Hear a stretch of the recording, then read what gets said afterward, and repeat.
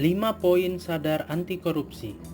Dampak perilaku dan tindakan pidana korupsi, pengertian korupsi, tindak pidana korupsi, niat, semangat dan komitmen anti korupsi, dan Indonesia bebas dari korupsi. Dampak korupsi dapat dibagi menjadi 4 bagian. Yang pertama, tata ekonomi, seperti pemborosan sumber-sumber. Yang kedua, tata sosial budaya, seperti ketimpangan sosial. Yang ketiga adalah tata politik, seperti pengambil alihan kekuasaan dan hilangnya kewibawaan pemerintah.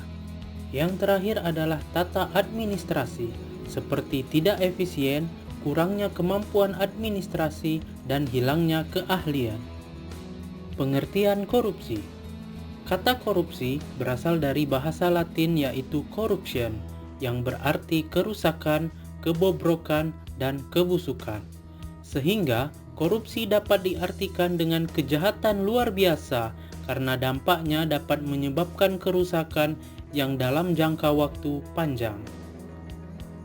Menurut Undang-Undang Nomor 31 Tahun 1999, Junto Undang-Undangan Nomor 20 Tahun 2001, terdapat 7 kelompok pidana korupsi, yaitu kerugian keuangan negara, suap menyuap, pemerasan, perbuatan curang, penggelapan dalam jabatan, pembenturan kepentingan dalam pengadaan, dan gratifikasi.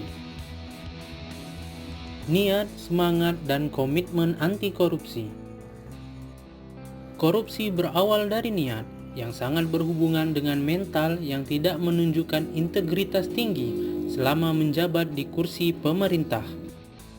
Semangat anti korupsi merupakan dorongan dalam diri seseorang untuk berpegang teguh dengan integritas dalam bekerja. Setelah adanya niat, maka muncullah semangat untuk menolak segala hal yang berhubungan dengan korupsi. Komitmen anti korupsi. Setelah mencapai kesadaran anti korupsi secara menyeluruh dan utuh, maka hal tersebut tidak hanya sampai menjadi semangat, namun akan terus bergerak hingga menjadi komitmen. Integritas adalah landasan untuk bersikap anti korupsi. Integritas merupakan kesesuaian antara hati, ucapan, dan tindakan dari seseorang dengan hukum dan norma yang berlaku. Orang yang berintegritas akan memegang teguh prinsip-prinsip atau nilai-nilai moral dan menolak untuk mengubahnya walaupun harus menghadapi situasi dan kondisi yang menyulitkannya. Situasi dan kondisi ini adalah yang pertama, tekanan. Tekanan dapat datang dari luar seperti pimpinan atau keluarga. Yang kedua adalah kesempatan. Peluang korupsi menjadi godaan untuk mempengaruhi diri. Yang ketiga adalah pembenaran. Hal-hal yang salah namun sudah menjadi kebiasaan biasanya menjadi pembenaran. Yang terakhir adalah kemampuan. Hal ini berkaitan dengan jabatan dan wewenang seseorang.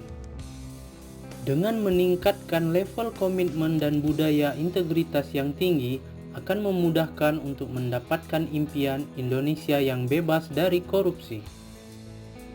Korupsi yang dapat dikendalikan merupakan hasil dari tercapainya integritas nasional dan wujud sinergi dari berbagai organisasi dan pilar yang berintegritas atau yang disebut dengan tunas integritas.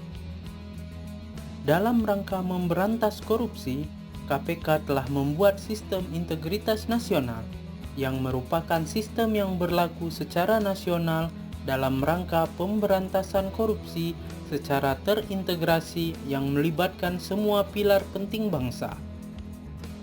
Pilar penting ini dimulai dari BI dan OJK, legislatif, eksekutif, hingga ke masyarakat sipil. Nilai-nilai anti korupsi dibagi menjadi 9 bagian, yaitu jujur, peduli, mandiri, disiplin, tanggung jawab, kerja keras, sederhana, berani, dan adil. 9 nilai dasar anti korupsi ini diimplementasikan pada instansi tempat saya bekerja. Yang pertama, jujur. Jujur kepada siswa dan rekan kerja. Yang kedua, peduli, yaitu dengan cara membantu orang lain. Yang ketiga, mandiri, tidak berketergantungan pada orang lain dalam mengerjakan tugas.